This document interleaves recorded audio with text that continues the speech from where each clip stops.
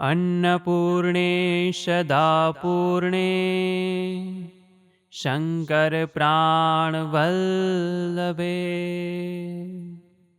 બોલી અન્નપૂર્ણા માત કી જય।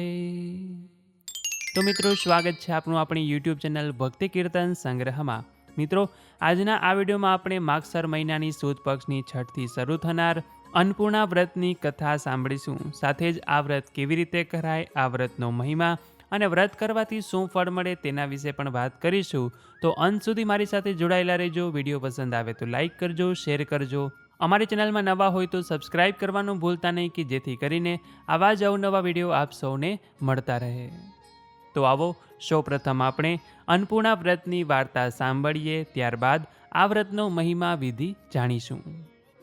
અને હા મિત્રો, જો આપણે નિત્ય ઘર બેઠા અનેક સ્થળોના દર્શન કરવા હોય તો વોટ્સએપમાં અમારો ગ્રુપ છે કે જેમાં અમે દર્શન કરાવીએ છીએ, કે જેમાં જોડાવા માટે અહીંયા જે વોટ્સએપ નંબર લખેલો છે તેના ઉપર આપ અમને જય અન્નપૂર્ણામાં લખીને મોકલી આપજો, એટલે આપને અમારા ગ્રુપની લિંક મળી જશે અને એમાં જોઈન થઈ જશો, એટલે આપને પણ તે દર્શન કરવાનો લાભો મળશે। કાશી નગરીમાં એક બ્રાહ્મણ અને એક બ્રાહ્મણી રહેતા હતા કે તેઓ ખૂબ જ ગરીબ હતા। ભિક્ષાવૃત્તિ કરી પોતાનું ગુજરાન ચલાવતા હતા, પરંતુ તેમના નસીબ સારા ન હોવાથી ગમે તેટલી ભિક્ષાવૃત્તિ કરવા જાય તો પણ બંને જણનું ગુજરાન ચાલે નહીં તેટલી ભિક્ષા આવતી હતી। એક દિવસ બ્રાહ્મણ ભિક્ષા લેવા માટે જતો જ હતો, ત્યારે બ્રાહ્મણે કહ્યું કે આજે ભિક્ષા માટે જવું નથી, કારણ કે તમે ભિક્ષા માગીને લાવો તો છો, છતાં પણ આપણું ગુજરાન ચાલતું નથી। માટે કોઈ પ્રભુ કે દેવી ઉપર શ્રદ્ધા રાખી તેમની સેવા પૂજા કરો તો તમારા સામું પ્રભુ માતાજી જરૂર જોશે અને આપણા નસીબ આડેથી પાંદડું ખસશે। બ્રાહ્મણને પણ આ વાત સાચી લાગી, તેથી તેની બાજુમાં દેવી અન્નપૂર્ણાનું મંદિર હતું। તેની શ્રદ્ધાથી એક ચિત્તે પ્રાર્થના કરવા લાગ્યો। આમ કરતા ભૂખ્યા પેટે તેને મંદિરમાં 3 દિવસે બ્રાહ્મણને માતા અન્નપૂર્ણા પ્રસન્ન થયા અને કહે છે કે તું મારું વ્રત શ્રદ્ધાપૂર્વક કરજે, તારું દુઃખ જરૂર દૂર થશે। ત્યારે બ્રાહ્મણે કહ્યું કે માતાજી, તમારું વ્રત કેવી રીતે થાય તેની મને વિધિ કહો। ત્યારે માતાજી કહે છે કે અહીંથી થોડે દૂર પૂર્વમાં એક સરોવર છે, ત્યાં ઘણી બહેનો વ્રત કરતી હશે, તે તને તેની વિધિ જરૂર કહેશે। અને આ સાંભળી બ્રાહ્મણ માતાજીને પગે લાગીને ઘરે આવ્યો અને બ્રાહ્મણીને બધી વાત કરી। ત્યારે બ્રાહ્મણીએ પણ ખુશ થઈ વ્રત કરવાની રજા આપી। પછી બ્રાહ્મણ પૂર્વ દિશામાં ચાલ્યો જાય છે। 2-3 દિવસ ચાલ્યા બાદ એક સરોવર આવે છે। કેટલીક બહેનોને સરોવર પાળે પૂજા કરતી જોઈ અને તે ત્યાં જઈને પૂછે છે કે બહેનો, તમે કોનું વ્રત કરો છો? ત્યારે એક બહેન બોલી કે ભાઈ, અમે માતા અન્નપૂર્ણાનું વ્રત કરીએ છીએ। બ્રાહ્મણે કહ્યું કે એ વ્રત કરવાથી શું લાભ થાય અને તે વ્રત કેવી રીતે થાય મને પણ કહો। ત્યારે એક બહેન બોલી કે આ વ્રત કરવાથી દુખિયાના દુઃખ ટળે, રોગોના રોગ મટે, રોગીના રોગ મટે, સંતાન વિહોણું ઘર હોય તો પારણું બંધાય, નિર્ધનને ધન મળે અને વ્રત કરનારની દરેક મનોકામના પૂર્ણ થાય। હવે આ વ્રતની વિધિ સાંભળો। માગસર સુદ 6 થી લઈને 21 દિવસ વ્રત કરવાનું હોય છે। વ્રત કરનારે સૂતરના દોરાની 21 શેર લઈ 21 ગાંઠ મારવાની અને 21 દિવસ એકટાણું કરવાનું અને બને તો ઉપવાસ પણ કરવા। 21 દિવસ પૂરા થતાં વ્રતનું ઉજવણું કરવાનું, યથાશક્તિ પુણ્યદાન કરવાનું અને આ વ્રત દરેક સ્ત્રી પુરુષ કરી શકે છે। તમે પણ માનો દોરો લઈ અન્નપૂર્ણા માનો જાપ જપતા જપતા વ્રત કરો, તમારી મહેચ્છા માતાજી જરૂર પૂર્ણ કરશે। બ્રાહ્મણ તો ઘરે આવી વ્રતની વિધિ કરી વ્રત કરવા માંડ્યું અને વ્રતના પ્રથમ દિવસે જ બંને પતિ પત્ની આનંદથી બહાર વાતો કરતા બેઠા હતા। ત્યારે એકાએક પોતાનું ઘર પડી ગયું, પરંતુ આમાં માની જરૂર કાંઈક મહેચ્છા હશે તેમ માનીને બંને પતિ પત્નીએ ઘરનો કાટમાળ દૂર કરવા માંડ્યો તો સોના મોહરોથી ભરેલો એક ચરુ મળ્યો। એમાંથી 2-4 સોનો મોહર વેચતા ઘણા પૈસા આવ્યા અને તેમાંથી બંને પતિ પત્ની નવું સરસ મકાન લઈ રહેવા લાગ્યા। એક દિવસ બ્રાહ્મણીએ પોતાના પતિને કહ્યું કે માતાજીએ તમને ઘણું જ ધન આપ્યું છે, તો ધનના વાપરનારની ખોટ છે, તમે મારું કહ્યું માનો અને તમે બીજી પત્ની લાવો। ત્યારે બ્રાહ્મણ ના પાડી અને ત્યારે બ્રાહ્મણી ફરી કહે છે કે તમને લાગે છે કે જો તમે બીજી પત્ની લાવશો તો મને દુઃખ પડશે, તો તમે એક બીજું મકાન લઈ આપો અને કાયમ માટેની ખોરાકી બાંધી દો કે તેથી તમને મારી ચિંતા રહેશે નહીં. આમ ઘણી સમજાવટના અંતે તે બીજી પત્ની લાવ્યો.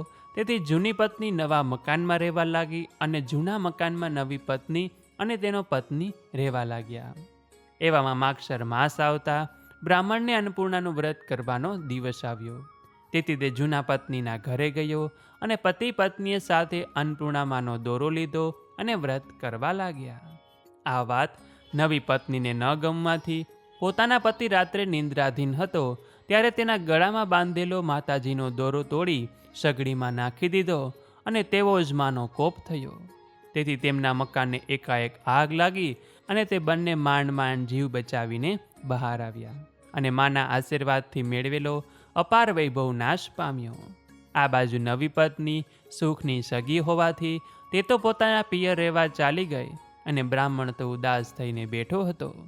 આ વાતની પોતાની જૂની પત્નીને ખબર પડતા તે આવી અને પોતાના પતિને તેના ઘરે લઈ જઈ પોતાના ગળામાં જે દોરો હતો તે દોરો પોતાના પતિના ગળામાં નાખ્યો અને મા અન્નપૂર્ણાના ચરણોમાં પડી માફી માગવા લાગ્યા.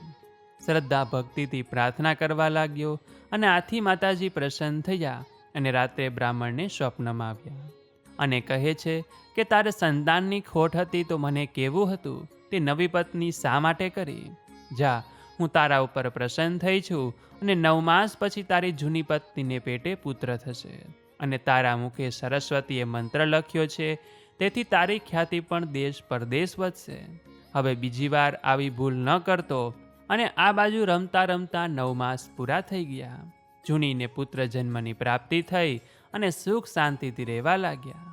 જ્યારે આ વાતની નવીને ખબર પડતા તે પણ આવી પોતાની ભૂલની માફી માંગી અને માતા અન્નપૂર્ણાનું વ્રત કરવાનો સંકલ્પ કર્યો અને સુખ શાંતિથી રહેવા લાગ્યા. હે અન્નપૂર્ણામાં, તમે જેવા બ્રાહ્મણ પતિ પત્નીને ફળ્યા તેવા જ તમારી વાર્તા લખનાર, સાંભળનાર, વાંચનાર, આ વિડીયો જોનાર, સાંભળનાર સર્વની મનોકામના પૂર્ણ કરજો. સર્વને આપના આશીર્વાદ આપજો એવી જ અમારી પ્રાર્થના છે. તો બોલી અન્નપૂર્ણા માત કી જય. મિત્રો, માગશર મહિનાના 30 દિવસમાંથી 21 દિવસ માતા અન્નપૂર્ણાને સમર્પણ કરવામાં આવ્યા છે. આ 21 દિવસ મા અન્નપૂર્ણાનું વ્રત રખાય છે, ઉપવાસ કરાય છે, મા અન્નપૂર્ણાના ગુણગાન ગવાય છે તથા તેમની યથાશક્તિ સેવા પૂજા કરીને તેમના આશીર્વાદની પ્રાપ્તિ કરવામાં આવે છે. કહેવાય છે કે જો અન્નપૂર્ણા દેવીની આપણા ઉપર કૃપા હોય તો ક્યારેય ધન ધાન્યની ખોટ આવતી નથી. અને અન્નપૂર્ણા દેવી તો અન્નના દેવી છે, એટલા માટે આપણા જીવનમાં ક્યારેય અન્નની કમી થતી નથી. મા અન્નપૂર્ણા સદાયને માટે આપણા રસોડાના ભંડાર ભરેલા જ રાખે છે. મા અન્નપૂર્ણાના આશીર્વાદથી જ આપણે 2 ટકનું જમી શકીએ છીએ. કીડીને કણ અને હાથીને મણ મા અન્નપૂર્ણાની કૃપાથી જ મળે છે. એટલા માટે જ આ 21 દિવસ આપણે તેમની સેવા પૂજા અર્ચના કરીએ છીએ. જે કોઈ નર નારી અન્નપૂર્ણા દેવીની આરાધના ઉપાસના કરે છે, સ્તવન કરે છે, વ્રત કરે છે, સ્તોત્ર પાઠ કરે છે, મા અન્નપૂર્ણા તેની સર્વે મનોકામના પૂર્ણ કરે છે. આ વ્રત કોઈ પણ કરી શકે છે. સ્ત્રી હોય, પુરુષ હોય, નાની ઉંમરના હોય, મોટી ઉંમરના હોય, દરેક માટે આ વ્રત છે. અને આ ઉપરાંત વ્રતની પૂજા વિધિનો વિડીયો એક અલગથી બનાવેલો છે કે જેમાં લાઈવ પૂજા વિધિ બતાવી છે, કેવી રીતે પૂજા કરવાની સ્ટેપ બાય સ્ટેપ સમજાવ્યું છે. તો આપ તે વિડીયો પૂજા વિધિ માટે જોઈ શકો છો. વ્રત કરનાર વ્યક્તિએ આ દિવસો દરમિયાન સવારે વહેલા ઉઠી સ્નાન કરવાનું અને શક્ય હોય તો 21 દિવસ ઉપવાસ કરવાના. ઉપવાસ ન થાય તો એકટાણા પણ કરી શકાય અને સવારે ચા, દૂધ, કોફી પણ પી શકાય છે કે જે આપ માતાજીની સેવા પૂજા કરીને પીવો તો વધુ ઉત્તમ છે. અથવા બપોરે આપણે જ્યારે એકટાણું કરીએ એ પહેલાં તો પૂજા કરી જ લેવી જોઈએ. અન્નપૂર્ણા માતાની સામે નિત્ય દીવો કરવાનો, અગરબત્તી કરવાની અને માતાજીને નિત્ય અલગ અલગ ભોગ ધરાવીને તેની પૂજા કરવાની. પૂજા કર્યા બાદ વ્રતકથા સાંભળવાની અને જો કોઈ કારણોસર વ્રતમાં ભંગ થાય એટલે કે કંઈ ભૂલચૂક થઈ જાય, કંઈ ખવાઈ જાય એવું થાય તો બીજા દિવસે ઉપવાસ કરવાનો હોય છે. નીતિ આપ અન્નપૂર્ણા દેવીને અલગ અલગ ચૂંદડી પણ પહેરાવી શકો છો, અલગ શણગાર પણ કરી શકો છો, તથા અનેક વસ્તુ અર્પણ કરીને તેમની પૂજા કરી શકાય છે. જો કોઈ વિધવા સ્ત્રી આ વ્રત કરતી હોય તો તેને પૂજા કરતી વખતે સફેદ સાડી પહેરવાની, અને જો કોઈ સૌભાગ્યવતી સ્ત્રી વ્રત કરતી હોય તો તેણે પૂજા સમયે લાલ, લીલી અથવા કેસરી રંગની સાડી પહેરવી જોઈએ. તથા 21 દિવસમાંથી કોઈ દિવસ અન્નનું દાન ખાસ કરવાનું. કોઈ ગરીબ જરૂરિયાતમંદને જમાડી શકો છો, સાધુ બાવાને જમાડી શકાય, અથવા કોઈ અનાથાશ્રમ કે વૃદ્ધાશ્રમમાં જઈને ત્યાં પણ અન્નનું દાન કરી શકાય છે, ત્યાં પણ જમાડી શકાય છે. યથાશક્તિ દાન પુણ્યના કાર્યો કરવાના. તથા 21 દિવસ પૂર્ણ થાય ત્યાર પછી વ્રતનું ઉત્થાપન કરવાનું, વ્રતને પૂર્ણ કરવાનું, અને પારણા કરતા પહેલાં એટલે કે વ્રતને પૂર્ણ કરતા પહેલાં જો આપ કોઈને જમાડો છો, સૌભાગ્યવતી સ્ત્રી છે, નાના બાળકો કે બ્રાહ્મણને જમાડતા હોય તો તેને યથાશક્તિ ભેટ જરૂરથી આપવી જોઈએ. તથા આ 21 દિવસ દરમિયાન વ્રતકથા ઉપરાંત માતાજીનો મંત્રનો પણ જાપ કરવામાં આવે છે, કે જેમાં સૌથી ઉત્તમ મંત્ર છે અન્નપૂર્ણે સદાપૂર્ણે શંકર પ્રાણ વલ્લભે જ્ઞાન વૈરાગ્ય સિદ્ધિઅર્થમ ભિક્ષામ દેહી ચ પાર્વતી. આ મંત્રનો 108 વખત જાપ કરવાનો. જો આપને મંત્ર આવડતો ન હોય તો શરૂઆતમાં આપને આ મંત્ર અઘરો લાગશે, પરંતુ જેવી રીતે આપ ઉચ્ચારણ કરતા જશો તેવી જ રીતે આપને આ મંત્ર પછી મોઢે થઈ જશે અને આપ ઝડપથી આ મંત્રનો જાપ કરી શકશો.